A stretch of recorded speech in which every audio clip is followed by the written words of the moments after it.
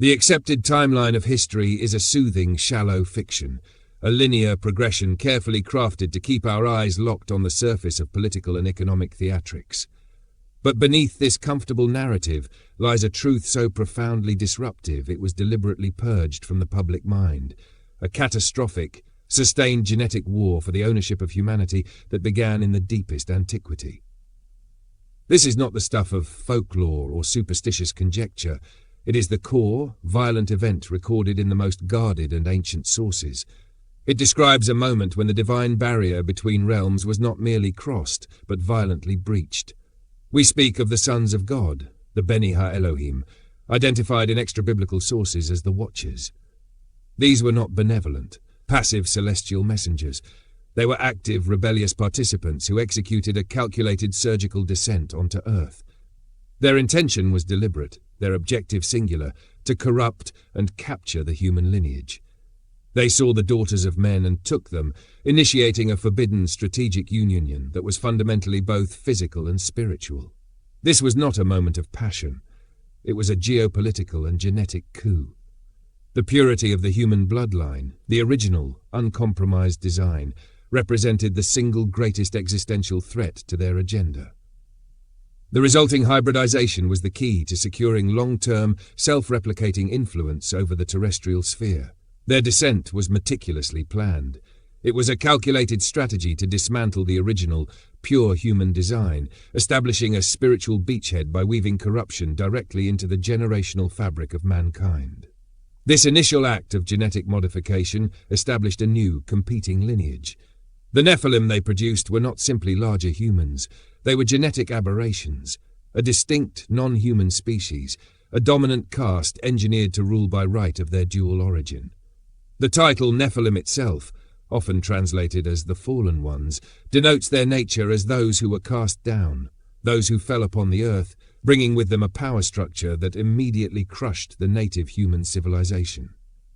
The terrifying result of this hybridization was a class of beings, giants, men of renown, and the ancient heroes, who established the first crushing, oppressive tyrannies on Earth. This was the initial wave of colonization, not by foreigners from a distant land, but by a hybrid bloodline designed to be genetically and spiritually incompatible with the original human blueprint. Their physical manifestations were staggering.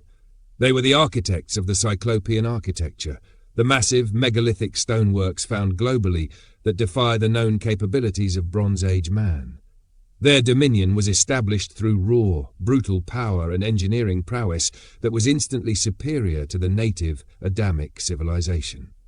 This single, catastrophic act of genetic interference established the enduring theme of forbidden history, the persistent effort by a select, intermingled lineage to dominate the pure human stock and ultimately usurp the Earth's title deed. Every major global myth, every pantheon, every heroic epic, the powerful titans and Olympians of Greece, the Jotun giants of Norse cosmology, the Daityas and Asuras of Hindu texts, they are all fragmented cultural echoes of this same initial, catastrophic genetic corruption. The universal consistency of this narrative confirms it is not coincidence, but the distributed memory of a single, unified global event. The reign of non-human powerful rulers whose origin lies in the breach of the divine barrier. Their power was born from a union of two realms, granting them a terrifying and instantaneous superiority in knowledge, engineering, and sheer military authority that allowed them to quickly enslave the early human world. The knowledge these beings brought was equally dangerous, acting as the foundation for all subsequent occult manipulation. This was the Watchers' teaching, a deliberate curriculum of forbidden sciences intended to accelerate human self-destruction. They taught metallurgy and weaponry, the ability to refine metals and forge instruments of war, immediately escalating conflict from tribal skirmishes to mass warfare. Cosmetics and sorcery, the art of altering the female form and the use of enchantments and spells, introducing physical vanity and ritualistic manipulation. Occult astronomy and divination, not the study of the stars, but the binding of human fate to celestial mechanics, establishing the principles of astrology and divination as tools of control. This was the core infrastructure of the first oppressive human empires.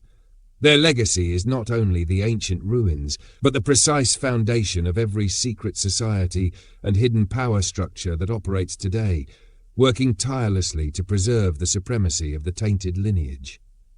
The narrative of history we accept, one of slow, linear progress, is explicitly designed to make us forget this corruption, forget the bloodline that carried it forward, and accept the premise that the world is purely rational. But the truth is that the genetic war never stopped. It merely shifted its battlefield from open physical confrontation to the invisible realms of finance, politics, and emerging technologies. The goal remains unchanged: the complete spiritual and physical subjugation of humanity to the will of the hybrid inheritors. Understanding this profound violation of the original human temple is the first required, critical step towards seeing the terrifying architecture of the final global system being built in our time. The war for the future is simply the final battle in a conflict that has been raging in our DNA since the very beginning. The purity of the line was the target, and its defense is the ultimate resistance. The devastating flood was an attempt at purification, a divine intervention designed to scour the earth of the initial generalized genetic corruption. But the floodwaters, powerful as they were, failed to eradicate the knowledge or the lineage. The occult wisdom, the principles of genetic manipulation, and the memory of the celestial hierarchy were meticulously preserved and carried through the antediluvian catastrophe. They found their foothold immediately in the post-deluge world, manifesting in the singular, towering figure of Nimrod. This individual was not merely an aggressive tribal chieftain or a successful hunter, as domesticated history suggests. He was the conscious architect of the first global unified empire of the new era, a system designed, with chilling precision, to rapidly re-establish the Nephilim worldview and the principles of centralized tyranny. Nimrod's true ambition was a deliberate, total counter-challenge to the divine order. He became the prototype for every succeeding Antichrist figure, a man of immense power, occult knowledge, and a brazen foundational rejection of any authority higher than himself. His project was the construction of the Tower of Babel, or Ziggurat. This was a metaphysical undertaking disguised as a construction effort. Its purpose was not simply to reach the clouds, it was to build a terrestrial gateway, a permanent, physical, and spiritual locus of rebellion that would ensure the Beni Ha-Elohim could interact freely with the earth, establishing a spiritual nexus that could not be cleansed again. This audacious act of centralized power and spiritual defiance established the unholy blueprint for a counterfeit kingdom, a global governance structure based on universal law, occult wisdom, and the perpetual supremacy of the hybrid, tainted bloodlines. This blueprint has been preserved not in transparent historical accounts that the common man can read, but in the veiled language of mythology and esoteric tradition, the very histories we are systematically taught to dismiss as mere fantasy. To the elite, these myths are not stories, they are documents of record. This preservation is executed through a disciplined methodology known as humorism. Humorism is the surgical act of stripping the fantastical, supernatural veneer from ancient narratives to reveal the accurate, undeniable geographical, political, and generational facts hidden beneath. It is the elite science of mythography, instructing its practitioners that within the Iliad, the Sumerian records and the foundational cosmologies of Egypt and Asia lie the precise roadmaps, the locations, the genealogies, and the ritualistic knowledge necessary to reactivate the ancient Nephilim system. The subsequent history of humanity is a cycle of failed attempts to fully manifest this Nimrodic blueprint. Every great empire, from Babylon and Persia to Rome, was a temporary, militaristic vehicle attempting to impose this single, unified structure. The ambition for a 1,000-year Reich in the 20th century represents one of the most explicit, chilling attempts in the modern era to enact the occult millennium. The Nazi regime's obsession with genetics, ancient artifacts, and the occult search for forbidden knowledge was not arbitrary. It was an attempt to synchronize their totalitarian state with the exact principles of the Nephilim's promised return, viewing their regime as the necessary pure-blood vessel for the final manifestation of the pre-flood order. This enduring mechanism of control is based on a fundamental strategy, using the facade of mythology to keep the true power structure invisible, while actively constructing the final empire in plain sight. This global convergence is driven by the custodians of the blueprint, the interconnected network of secret societies, dynastic families, and banking hierarchies. These groups serve as the dedicated conservators of the core truth, guarding the knowledge and ensuring the political, financial, and religious infrastructure is built to spec. The transition from the old occult architecture to the final modern system is managed by the occult calculus, which dictates the strategic flow of power based on a highly organized spiritual hierarchy. The pervasive global practice of polytheism was never simple, fractured belief. It was a deliberate, sophisticated veil designed to obscure the true identities of the rebel intelligences demanding devotion. Behind the familiar masks of the pantheons stand the actual principalities, the rebellious intelligences described in older uncanonical texts as the Celestial Mafia. Their organizational chart is codified, hinted at by the ubiquitous presence of the number 7 across global traditions. The 7 holy mountains, spiritual centers, are the terrestrial mirror to the 7 Satans, the governing hierarchy described in ancient texts like the Book of Enoch. This 7-fold structure is the very governing board of the counterfeit kingdom. The most dangerous final phase of the blueprint now manifests in the realms of biology and digital technology. The aggressive exploitation of breakthroughs in gene editing, synthetic biology, and transhumanism is no longer a fringe theory. It is the calculated surgical backdoor for the final irreversible change to the human bloodline. This strategic manipulation is introduced under the guise of progress and public necessity. The massive integration of certain pharmaceuticals and biological interventions is, by this occult calculus, a sophisticated tool for mass seduction and alteration, designed to make the masses not only physically compliant, but genetically compatible with the centralized technological authority being built. This is the ultimate act of Nimrod's ambition, creating a final, unified, biologically controlled population that is spiritually and genetically primed to accept the dominion of the hybrid inheritors when they fully reveal their sovereignty. The long game of history has been a slow, methodical preparation to hand the keys of a global technocracy to the custodians of the oldest, darkest secret. The architecture of the counterfeit kingdom, built by Nimrod and refined by centuries of occult custodianship, is governed by a meticulous occult calculus, a deep spiritual mechanism based on the hierarchical structure of the fallen forces. The simple, accepted narrative of global polytheism is a profound lie. It was never born from fractured ignorance. It was a sophisticated, deliberate veil, crafted to conceal the true identities and the governing structure of the rebellious intelligences demanding human devotion. Behind the familiar masks of the pantheons, whether they are the Olympians, the Aesir, or the Devas, stand the actual, named principalities, the very same entities referred to in ancient texts as the Watchers, who instigated the initial genetic war.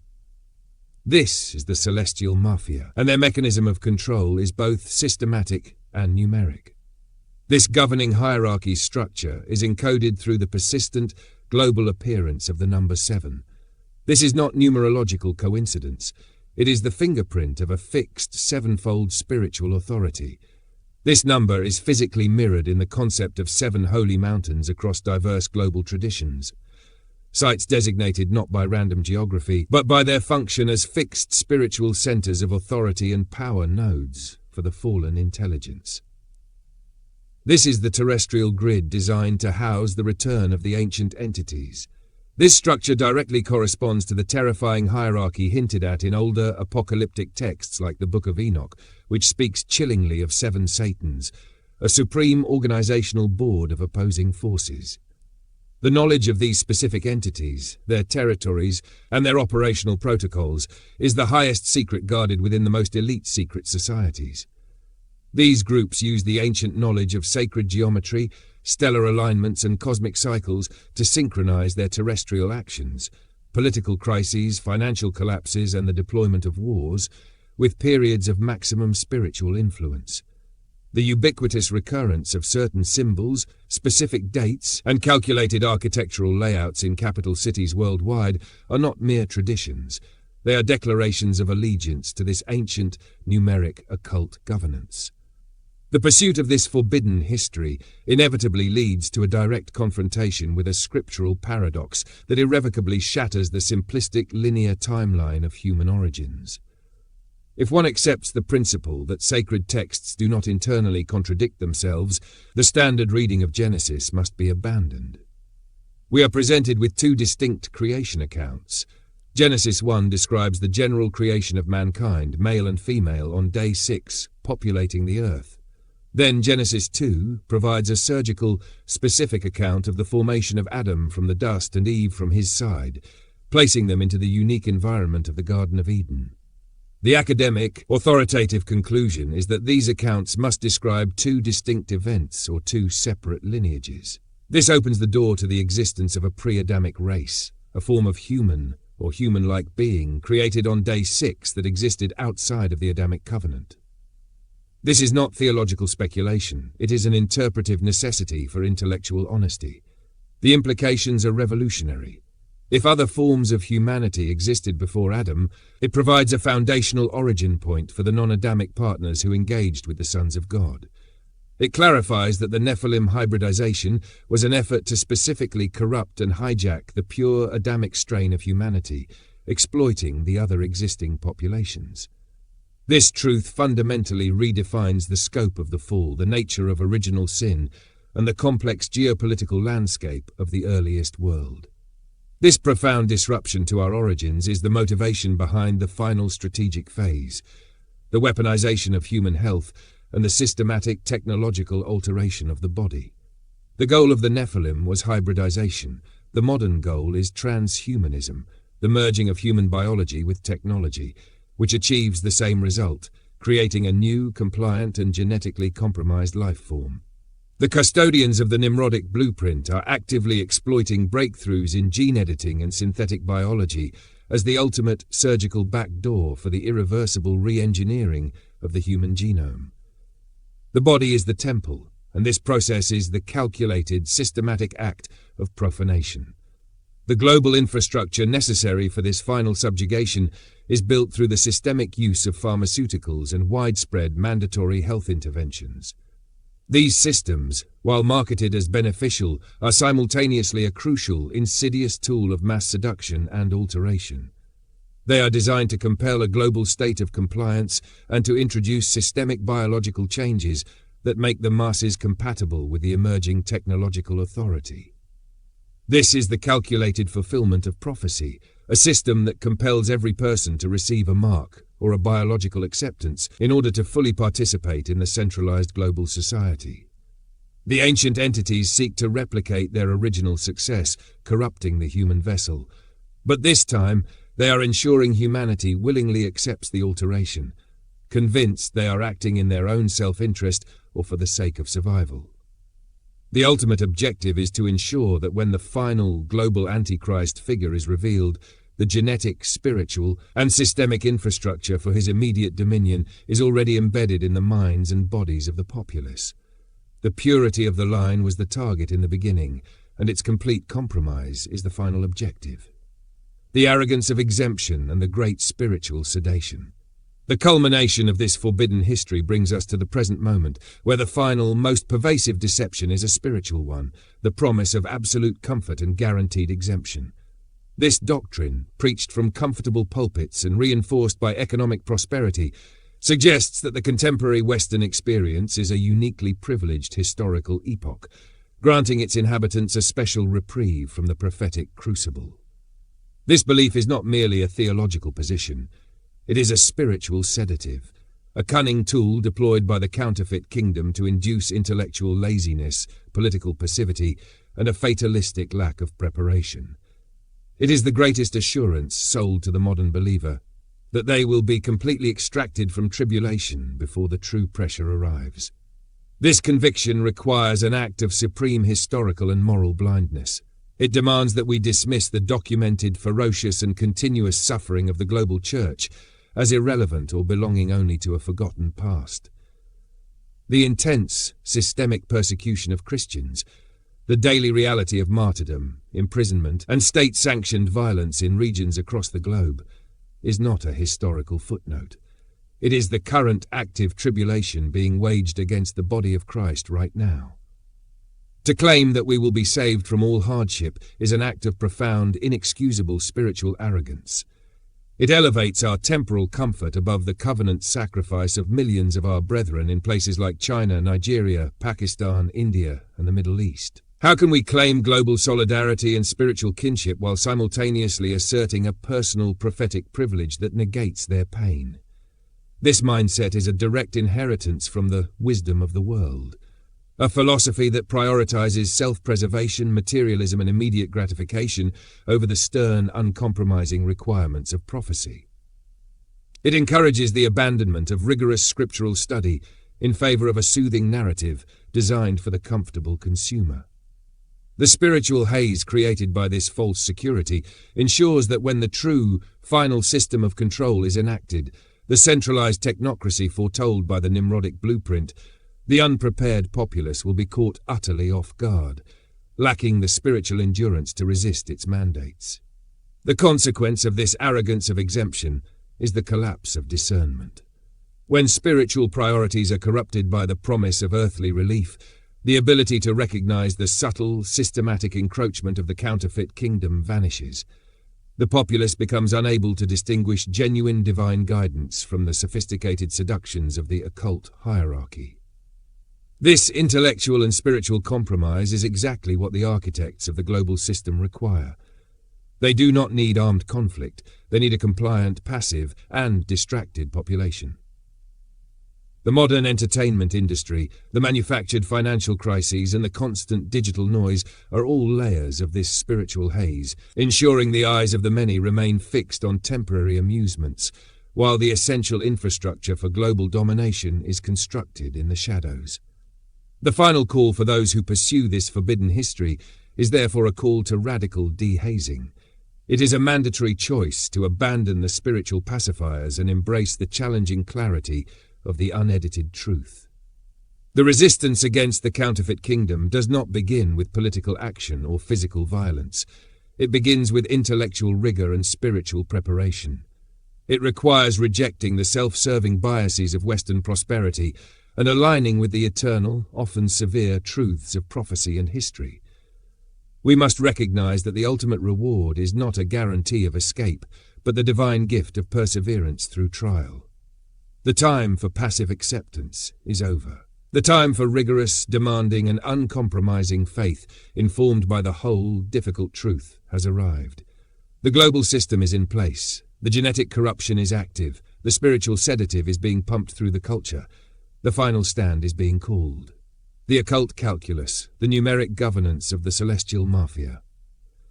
The consolidation of this global system is not merely political, financial, or even military. It is fundamentally managed by an occult calculus, a deep, ancient spiritual architecture based on the formalized principles of the fallen hierarchy. The universal, enduring practice of polytheism, the worship of multiple gods, was never born from a simplistic, fractured understanding of the divine. It was a sophisticated and highly deliberate veil, meticulously crafted to conceal the true, organized structure and the specific identities of the rebellious intelligences demanding human devotion. Behind the familiar, comforting masks of Zeus, Odin, Ra, or the pantheons of Mesoamerica stand the actual, identifiable principalities, the rebellious intelligences described in older, rejected texts as the Watchers and their subsequent hierarchy. This is the celestial mafia, and their control system is utterly numeric and systematic. The structure of their governance is the primary secret guarded by the highest echelons of secret societies and dynastic organizations. To decode their global strategy, one must first decode their arithmetic. The persistent, inescapable appearance of the number 7 is the fingerprint of this codified spiritual authority. It is not numerological coincidence. It is a declaration of their fixed sevenfold structure. This number is found in the concept of 7 holy mountains across various global traditions, sites designated not by random geography, but by their function as physical and spiritual centers of authority and power nodes for the fallen intelligence. These locations are the terrestrial mirror, the established points of entry and control for the hierarchy. The structure is confirmed in older, uncompromising texts like the Book of Enoch, which speaks plainly of 7 archangels and, ominously, the corresponding hierarchy of 7 Satans, a supreme organizational board of opposing forces. This 7-fold organization is the very governing board of the counterfeit kingdom. The knowledge of these specific entities, their precise territorial influence, and their operational protocols is the highest secret guarded by the most elite dynastic organizations and secret societies. These groups operate as the conscious human agents of the celestial mafia. They utilize the ancient science of sacred geometry and occult astronomy to synchronize their actions, the planning of wars, the orchestration of financial collapses, and the deployment of political mandates, with specific cosmic and stellar cycles. This synchronization ensures maximum spiritual and terrestrial impact for their operations. This is why certain dates, symbols, and the layout of global centers are persistently repeated. They are signposts, declarations of allegiance that affirm the power structure's fealty to this ancient numeric occult governance. The Washington, D.C. street grid, the architectural layout of global financial hubs, and the repeated iconography in corporate and governmental logos are all expressions of this fundamental alignment. The political manifestations of this calculus are seen in the persistent, centuries-long effort to destroy all sources of singular, divine authority. The goal of the principalities is not just to replace authority, but to become authority. They manipulate historical currents to promote the rise of atheistic, materialistic and relativistic philosophies that logically and culturally exclude the possibility of a superior external divine law. By erasing the fear of cosmic accountability, they make the populace intellectually susceptible to the ultimate seduction, the promise of a perfect, man-made humanistic utopia governed by science and technology, the final unified Nimrodic state. This state requires the complete annihilation of individual sovereignty, which is the final barrier to centralized control. The long-term goal of these entities is not simple worship. It is the redemption of their own corrupted status through the systematic, total corruption of humanity. By achieving a global compliant and genetically compromised population, they believe they can definitively usurp the Earth's title deed and legitimize their claim to dominion. The current strategic phase is focused aggressively on the biological and technological realms, because this is the final, most efficient way to achieve mass alteration. The calculated, aggressive effort to exploit breakthroughs in gene editing and synthetic biology is the ultimate strategic backdoor to permanently changing the human bloodline. This manipulation is often packaged and introduced under the most comforting guises of public health, medical advancement, or species preservation, the highest form of deception. The strategic climax of the counterfeit blueprint manifests most clearly and most invasively in the realms of biology and digital technology. This is the final genetic war, the moment where the occult calculus is applied directly to the human vessel. The long-term goal of the rebel hierarchy is not simply distant worship. It is the redemption of their own corrupted status through the systematic, total corruption of humanity itself. By achieving a global, compliant, and genetically compromised population, they believe they can definitively usurp the Earth's title deed and legitimize their claim to ultimate dominion. We are witnessing a calculated, aggressive, and supremely well-funded effort to exploit breakthroughs in gene editing and synthetic biology as the ultimate systemic backdoor for permanently changing the human bloodline. This drive toward transhumanism, the ideological goal of merging human biology with technology, is not scientific progress. It is the modern technological fulfillment of the Nephilim legacy. It achieves the same result as the initial hybridization, creating a new, compliant, and genetically compromised life form that is spiritually disconnected from its original divine design. The human body is the temple, and this process is the most surgical and comprehensive act of profanation ever attempted. The method for mass-scale alteration is deployed under the guise of the highest human goods, public health, scientific advancement, and survival.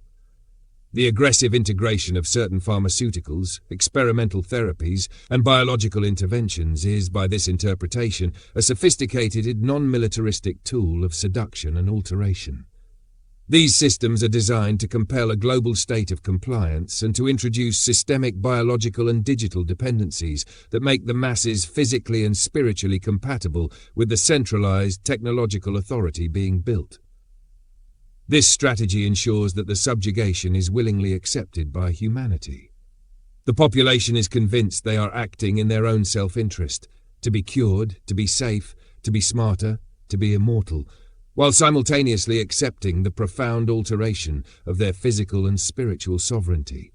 This technological compliance is the foundation of the final Nimrodic system, which must compel every person to receive an acceptance or a mandate to fully participate in the global economy and society. The control mechanisms are no longer localized. They are universal, digital, and biological. The digital architecture serves as the final, necessary infrastructure for this biological capture. Surveillance technologies, the aggressive centralization of global data, and the establishment of universal digital identities are not accidental conveniences of the modern age. They are the essential scaffolding for the new Tower of Babel. This system creates an environment where dissent is impossible, privacy is obsolete, and participation is predicated upon genetic and biological compliance. The financial instruments, the political systems, and the accelerating technological singularity are all interlocking components of this final unified global machine, a machine designed to eliminate the possibility of independent human thought or action. The goal is to ensure that when the Antichrist figure arises to claim dominion, the single unifying personality who will present the final solution to all of humanity's manufactured crises, a large global portion of the human population will be genetically and spiritually primed to accept his authority. They will have already been made compatible with the system he embodies. The final act of the Nephilim legacy is not war, but a covenant of alteration, a willing exchange of humanity's original pure blueprint for the false promise of technological immortality and temporary security. This depth of understanding requires the ultimate sacrifice of intellectual compromise. We must discard the shallow, simplified interpretations taught by the wisdom of the world in favor of a rigorous, demanding truth. The choice is stark: passive acceptance of the simplified doctrine leading to spiritual sedation, or active forensic engagement with the hidden history leading to clarity and preparedness. The war is being fought in our DNA, our economy, and our spirituality. The time for choice is now. The integrity of the Adamic lineage and the sovereignty of the earth hang in the balance. The scriptural paradox, forensic analysis of dual creation. To grasp the full scale of the counterfeit blueprint, we must first dissect the foundational lie of a single unified beginning. We must confront a direct scriptural paradox that fundamentally shatters the linear timeline we have been given, demanding a surgical precision in interpretation that few institutions dare to offer. The question is not one of faith, but of textual accuracy. Are the two creation accounts of humanity, Genesis 1 and Genesis 2, one and the same event? The standard response, taught in simplistic doctrine, is a resounding yes. The forensic answer, however, is a chilling no. The text of Genesis 1 speaks of mankind being created on day 6. It is a general decree. God created man in his own image, male and female created he them, and commanded them to be fruitful and multiply and replenish the earth. This is a broad, sweeping act of creation. The Hebrew verb used here is often bara, a term frequently reserved for an immediate, large-scale and unparalleled creative act. Then, in the subsequent chapter, Genesis 2, we are given a minute-by-minute, highly specific and surgical account detailing the formation of Adam from the dust, Adamah, and Eve from his side, placed into the unique sequestered environment of the Garden of Eden. The verb used in this account is often yatsar, a term meaning to form or fashion, suggesting a deliberate, intensive moulding process, much like a potter with clay.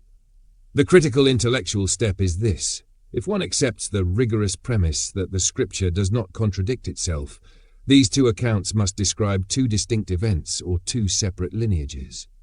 It is the only conclusion that respects the textual integrity.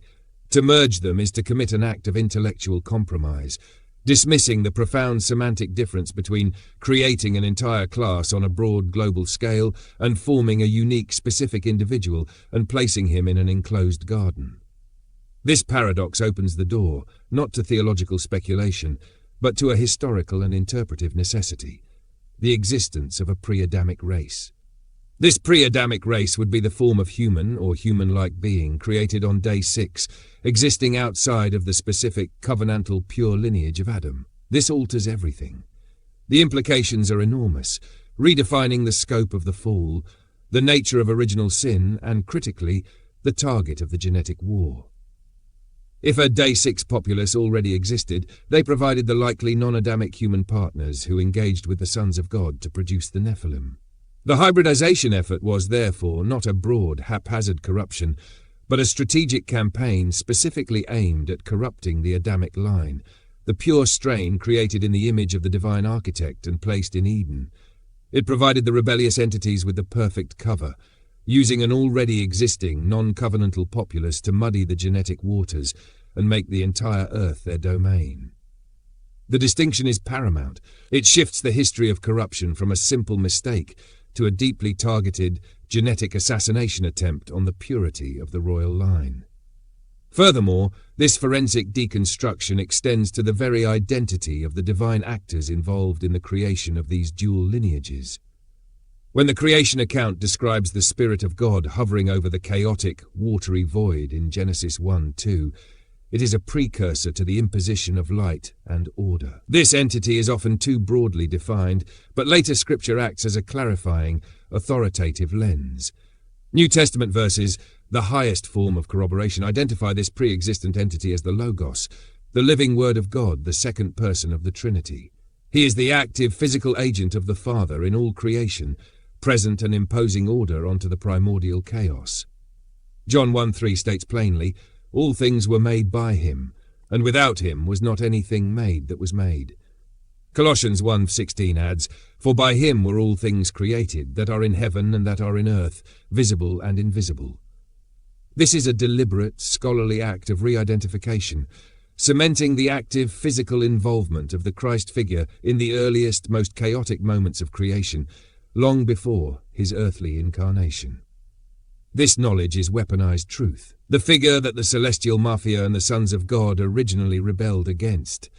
The ultimate expression of the divine purity they sought to usurp is the very same figure who created all things. The war is thus simplified. It is the Logos versus the counterfeit blueprint. This depth of understanding requires the ultimate sacrifice of intellectual comfort. It demands we violently discard the shallow, simplified interpretations taught by the wisdom of the world, in favor of a rigorous, uncomfortable and precise truth, one that proves the deepest secrets of history were hidden in plain sight, waiting only for those who possess the courage to reject the prevailing narrative and embrace the absolute purity of the text. The pre-Adamic implications and the final genetic war.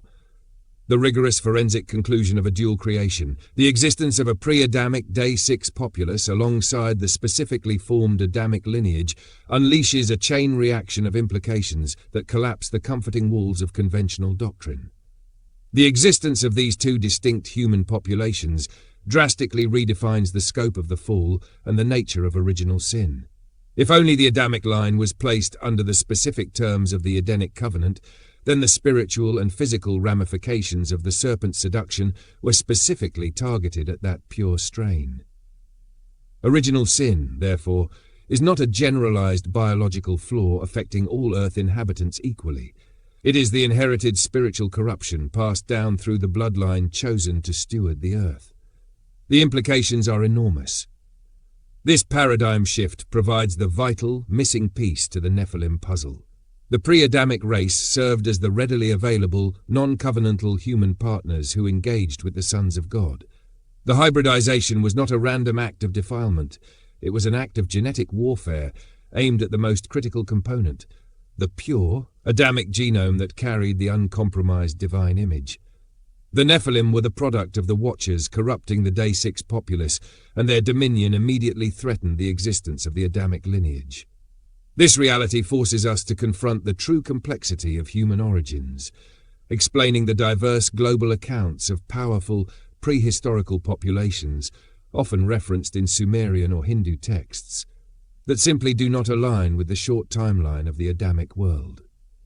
The existence of multiple, non-covenantal human strains fundamentally re-engineers our understanding of ancient geopolitics and the origin of various races, revealing that the planet was a complex mosaic of human and hybrid populations before the flood intervened. The persistent trace of the Nephilim's intellectual and genetic legacy is the reason why certain dynastic families and bloodlines across millennia continue to claim an ancestry linked to gods, heroes, or starmen. They are the custodians of the persistent knowledge, the forbidden sciences, the occult astronomy, and the technologies of control, handed down from the Watchers. This is the generational intelligence that fueled Nimrod's ambition and that continues to animate the financial and political systems of today. This genetic persistence is traceable through the deep, hidden architecture of power, confirming that the initial genetic war never ceased. It merely adopted new operational vectors. This leads directly to the most terrifying convergence in the present day, the final genetic war. The relentless, global push toward transhumanism and gene editing must be viewed as the ultimate, sophisticated fulfillment of the ancient agenda. Having failed to completely extinguish the Adamic strain through hybridization and flood-era violence, the rebel hierarchy now seeks to achieve the same result through technological seduction. The objective remains the same, to compromise the human vessel so profoundly that it is no longer spiritually receptive to the divine original. The focus on CRISPR, synthetic biology, and the merging of human tissue with digital technology is not merely scientific advancement, it is the calculated surgical means of rewriting the human blueprint to make us compliant, dependent, and ultimately incompatible with our original design. The weaponization of pharmaceuticals and biological interventions across the global landscape serves as the systemic means of introducing this alteration, often under the guise of public good or necessity. This is the final grand deception, humanity willingly and eagerly participating in its own genetic subjugation, convinced it is pursuing its own improvement or survival. The system demands that we abandon intellectual comfort and accept a rigorous, uncomfortable truth. The deepest secrets of history, the dual creation, the Watcher's descent, the Nimrodic blueprint, were hidden in plain sight, waiting only for those willing to reject the prevailing soothing narrative. This depth of understanding requires the ultimate sacrifice of intellectual compromise. We must discard the shallow, simplified interpretations taught by the wisdom of the world in favor of a rigorous, demanding truth. The choice is stark: passive acceptance of the simplified doctrine leading to spiritual sedation, or active, forensic engagement with the hidden history leading to clarity and preparedness. The war is being fought in our DNA, our economy, and our spirituality. The moment for choice is now. The integrity of the Adamic lineage and the sovereignty of the earth hang in the balance. The weaponization of health, the calculus of profanation. The ultimate destination of the Celestial Mafia's long-term strategy is not abstract political control, but the physical, systematic alteration of the human body itself. This is the final frontier in the genetic war, a conclusive stage where the occult calculus is applied directly to the human vessel to achieve permanent spiritual severance. Having spent millennia establishing a political and financial framework, the Nimrodic blueprint, the ultimate control mechanism must be biological. It targets the bloodline itself, preparing the global population for the arrival of the ultimate Antichrist figure. This is precisely why the current, aggressive global push towards certain cutting-edge technologies must be viewed through a historical, prophetic, and spiritual lens. We are currently witnessing a concerted, well-funded, and globally coordinated effort to introduce sophisticated gene-editing techniques, mRNA platforms, and synthetic biological components into the global stream. This movement is not solely motivated by therapeutic purposes or the neutral advancement of science. It is, by the occult calculus, the ultimate backdoor for the final re-engineering of the human genome. The ancient entities understand that if the body is the temple, then this process is the calculated, systematic act of profanation.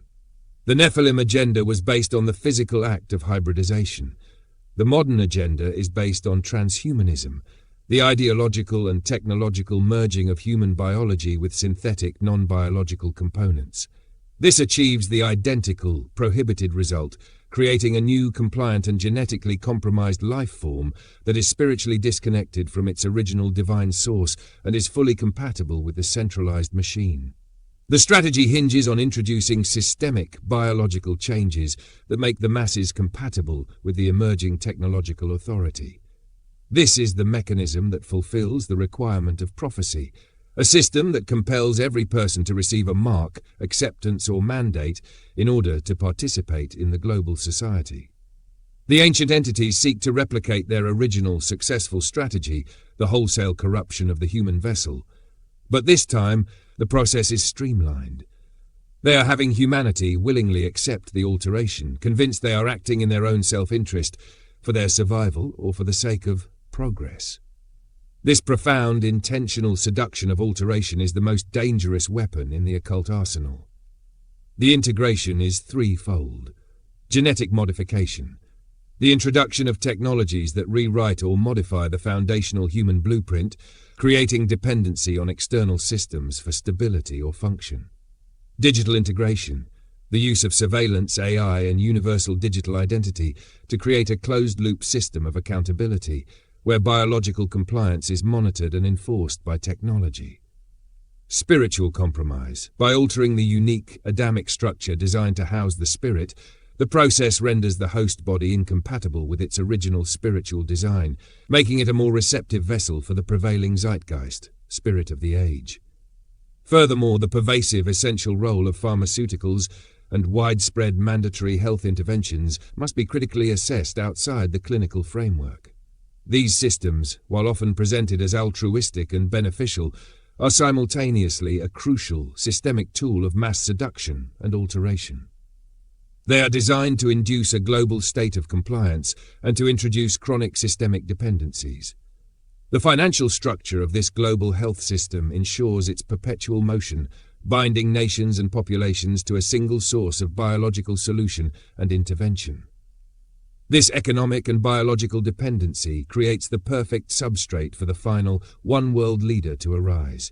The end goal is to ensure that when the ultimate Antichrist figure is revealed, the one who offers final, comprehensive solutions to the world's self-inflicted crises, the genetic, spiritual and systemic infrastructure for his dominion, is already established in the minds and bodies of the populace.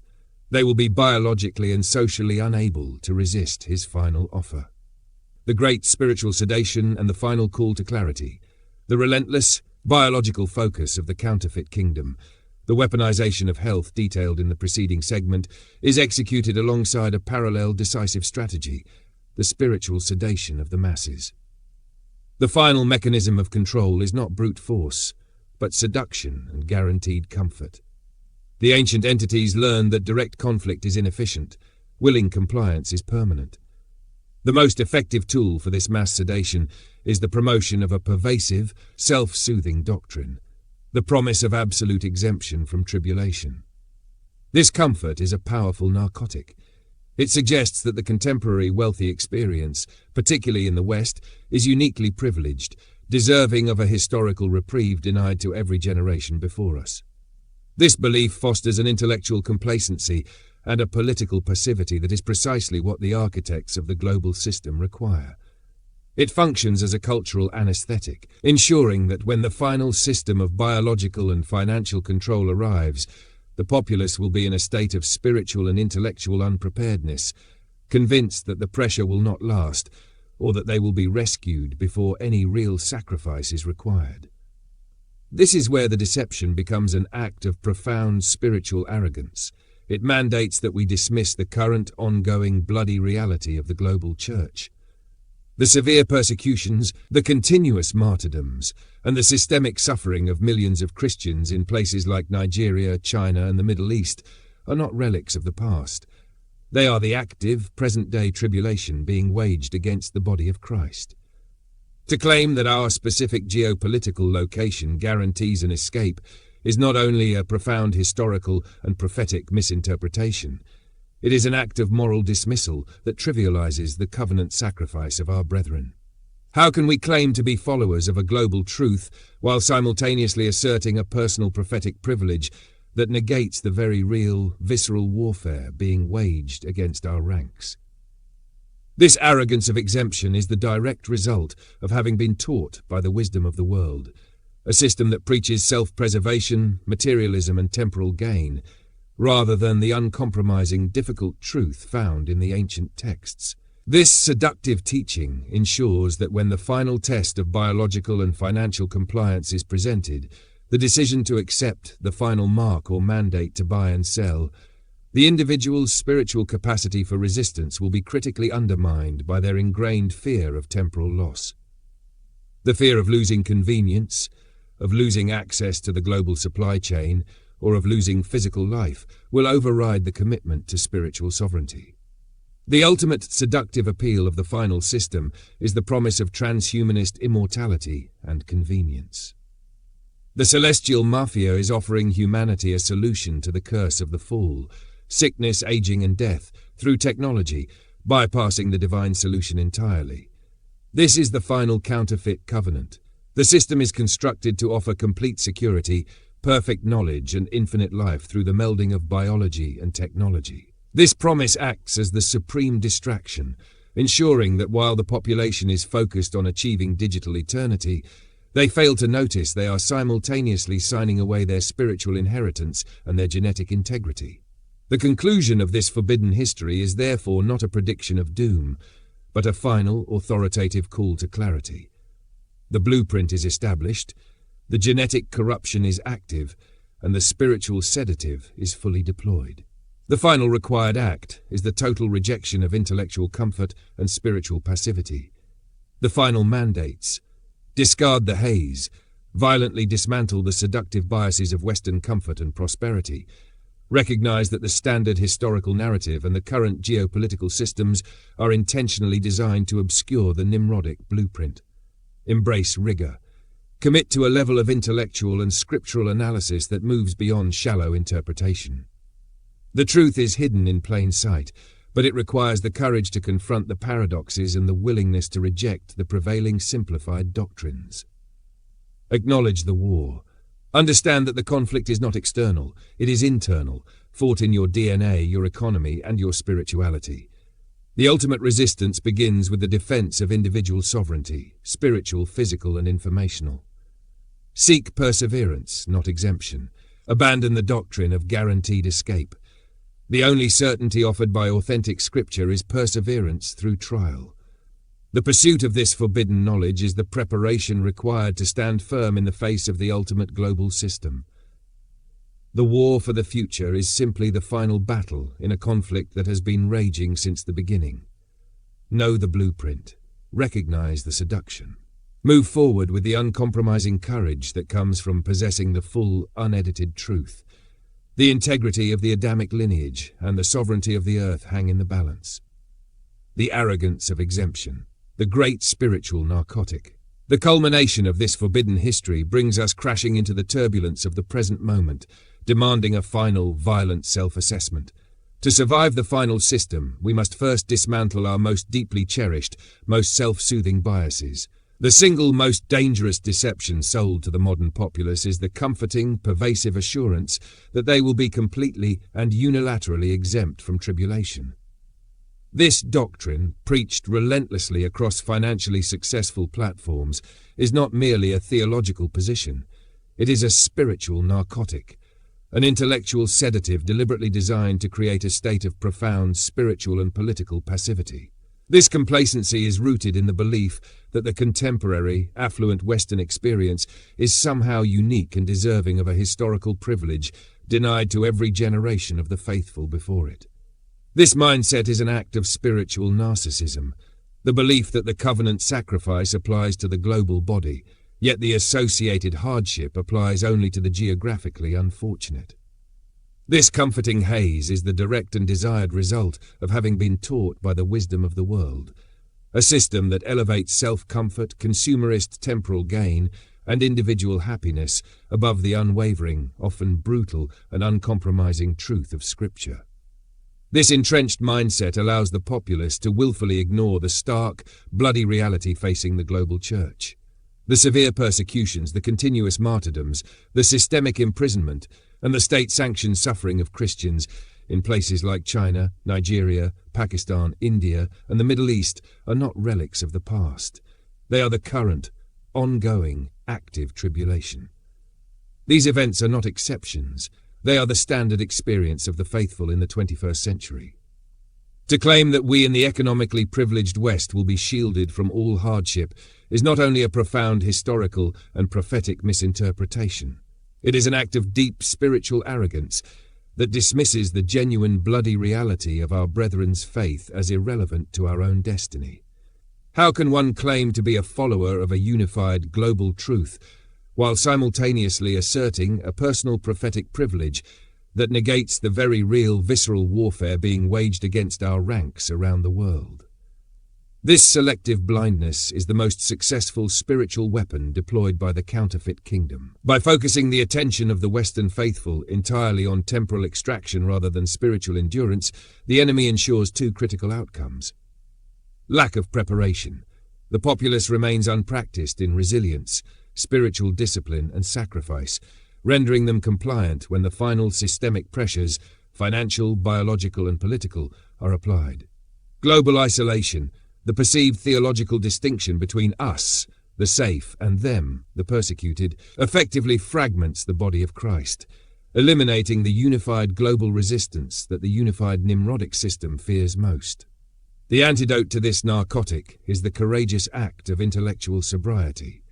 To navigate the coming crisis, we must choose to violently blow that haze away.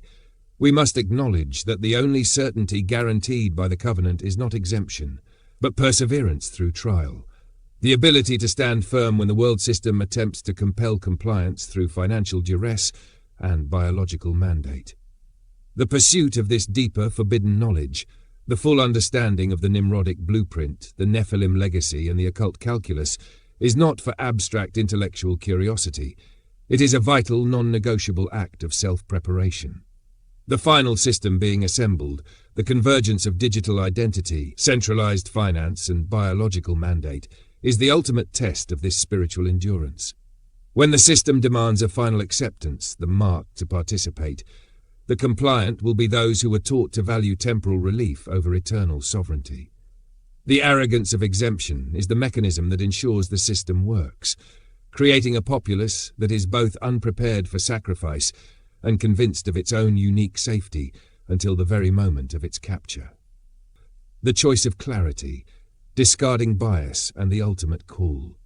The spiritual narcotic of the arrogance of exemption must now be violently expelled, for it is the final barrier blocking the vision of the incoming reality. The comforting haze, the pervasive belief in our own exceptionalism, is a corrosive lie that stems directly from the wisdom of the world, a system designed to keep us compliant and distracted. To navigate the culmination of this hidden history, we must perform a mandatory, profound act of intellectual and spiritual dehazing. This is not a request for passive belief, it is a demand for radical clarity. The truth is that the only certainty guaranteed by the covenant is not extraction, but perseverance through trial. Every preceding generation that faced persecution or a systemic test of faith was required to stand firm. To assume the final generation, the one facing the full, unified manifestation of the Nimrodic blueprint, the final genetic war, and the global seduction of alteration, will be the sole exception, is an act of spiritual delusion that will cost sovereignty, both physical and eternal. Your pursuit of this deeper, forbidden knowledge, the detailed history of the sons of God, the Nephilim legacy, the occult calculus, celestial mafia, and the scriptural paradox of dual creation, is not for abstract intellectual curiosity. It is a vital, non-negotiable act of self-preparation. Knowledge, in this context, is the only sustainable weapon. You must understand the blueprint. Recognize the Antichrist system being assembled, a convergence of centralized digital identity, financial control, and biological mandate. This system is designed to be inescapable, making participation contingent upon compliance with the technological and genetic alterations being introduced. The final power structure is already visible, but it requires the informed eye to see it. Recognize the seduction. Be alert to the seductive promises of the counterfeit kingdom. The great temptation of the final age will not be outright evil, but the irresistible offer of convenience, security, and technological longevity. The system will present itself as the only logical solution to global crises, famine, plague, economic collapse, offering a final cure that requires the sacrifice of genetic and spiritual sovereignty. Discard the biases. The most difficult step is the removal of the intellectual filters imposed by modern education and theology. You must trust the source material, the ancient texts rigorously examined, over the consensus narrative imposed by institutions. This requires the ultimate courage to embrace a profound, complex, and uncomfortable reality, a reality that confirms the spiritual war has been raging in the DNA and the bloodline since the beginning. The final instruction is therefore not to fear the complexity, but to choose clarity over comfort. The moment for intellectual compromise is past. The time for passive, consumer's faith is over. The challenge demands an active, warrior-like spirituality, one that is fully informed by the depth of history and uncompromising in its pursuit of truth. The only way to stand against a unified global system that seeks to rewrite the human blueprint and control all biological, financial, and digital transactions is to be spiritually and intellectually prepared for absolute sacrifice. The sacrifice required may be the temporary loss of access to the system, the exclusion from its economies, its conveniences, and its biological solutions. The ultimate sovereignty is not granted by temporal privilege or material wealth. It is achieved through perseverance and the uncompromising rejection of the counterfeit covenant. Discard the biases, trust the source, and move forward with the courage that comes from knowing the full, unedited truth, even with the many unanswered questions that remain. The war for the future is simply the